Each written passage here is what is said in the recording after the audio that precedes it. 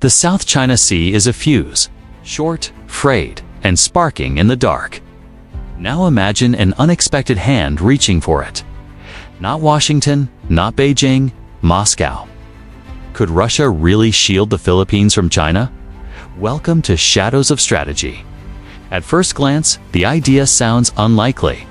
Russia is China's no-limits partner, and the Philippines is a U.S. treaty ally. Yet geopolitics isn't about permanent friendships, it's about shifting interests. Even close partners test their alignments, and sometimes a power like Russia looks for advantage by stepping into spaces no one expects. Russia's interests in the Indo-Pacific are pragmatic. Keep sea lanes open for trade. Sell energy and arms, and show it remains relevant despite sanctions. Moscow prefers being a swing player rather than tied too tightly to Beijing. If tensions rise in the South China Sea, Russia's ability to talk with both China and Southeast Asian states could become a valuable asset. For Manila, the calculus is about survival. The Philippines wants deterrence without war. It strengthens ties with the US, Japan, and Australia. But it also wants multiple partners to reduce risks. Having even a limited relationship with Moscow adds complexity to China's plans and shows that Manila isn't boxed in. So, how could Russia shield the Philippines? Not by sending warships to patrol disputed waters, that's unrealistic. Instead, Russia's influence would come indirectly. First, arms and defense. Russia has supplied weapons to many Southeast Asian states. Even small discussions about helicopters, missiles, or coastal defense systems would send a message. Manila doesn't need to buy large amounts. It only needs to show that options exist. Second, energy security.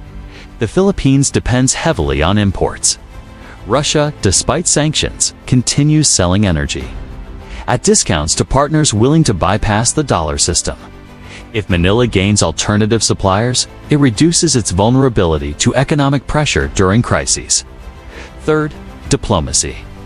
Russia presents itself as supporting international law and ASEAN-led solutions.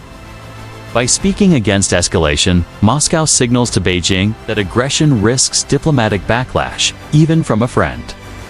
Quiet conversations between Moscow and Beijing might not stop Chinese actions, but they could slow them. Fourth, technology and cyber cooperation. Russia has expertise in cybersecurity and infrastructure protection. Even modest exchanges could build a political link, one that Beijing would notice. But the limits are obvious. Russia will not break with China for Manila's sake. Its navy cannot sustain major operations in the South China Sea, and its economy is under strain. Any Russian involvement would be small, deniable, and reversible. The U.S. remains the Philippines' primary security guarantor. Joint patrols, defense treaties, and military aid form the backbone of Manila's deterrence. Washington would tolerate limited Russian contacts as long as they don't threaten sensitive technology or bring Manila closer to sanctions. China, however, would see any Russian role differently. Beijing wants to keep Manila isolated, portraying U.S. and allied actions as Western interference. If Russia, China's supposed closest partner, also supports de-escalation or offers limited cooperation with Manila, Beijing's narrative weakens. That alone increases the diplomatic cost of coercion. ASEAN's dynamics are another factor. Southeast Asia values autonomy. Russia appears as a supporter of stability rather than China's echo. It strengthens Manila's hand in pushing for regional solutions. Vietnam and Indonesia, both wary of China, would quietly welcome this balance. Still, there are risks. Moscow could use Manila as leverage with Beijing, trading support for concessions elsewhere.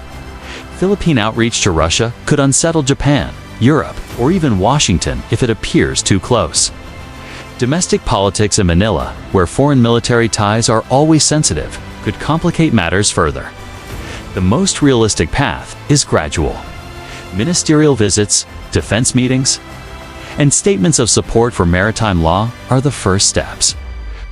Cooperation on low-risk issues like port security, cyber defense, or energy logistics would follow.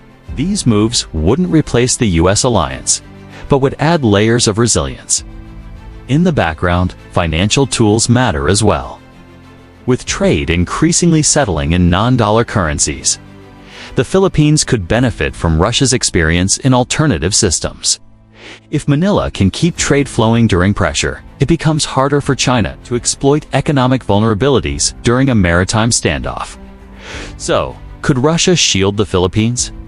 Not with destroyers or direct confrontation, but through diplomacy, energy options, symbolic defense ties, and quiet pressure. On Beijing, Moscow could help Manila raise the costs of coercion.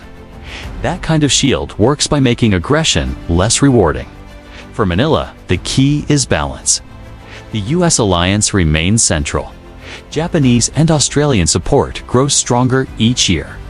But quiet links with other powers, including Moscow, ensure that Manila has multiple doors to knock on in times of crisis. The more partners in play, the more China must calculate before acting. In geopolitics, not every shield is visible. Sometimes protection comes in the form of hesitation, the confrontation that doesn't happen, the escalation that stalls, the standoff that ends without ramming or shots fired. If Russia can add even a thin layer of hesitation to Beijing's calculations, it changes the equation. And in the contested waters of the South China Sea, hesitation might be the most strategic shield of all.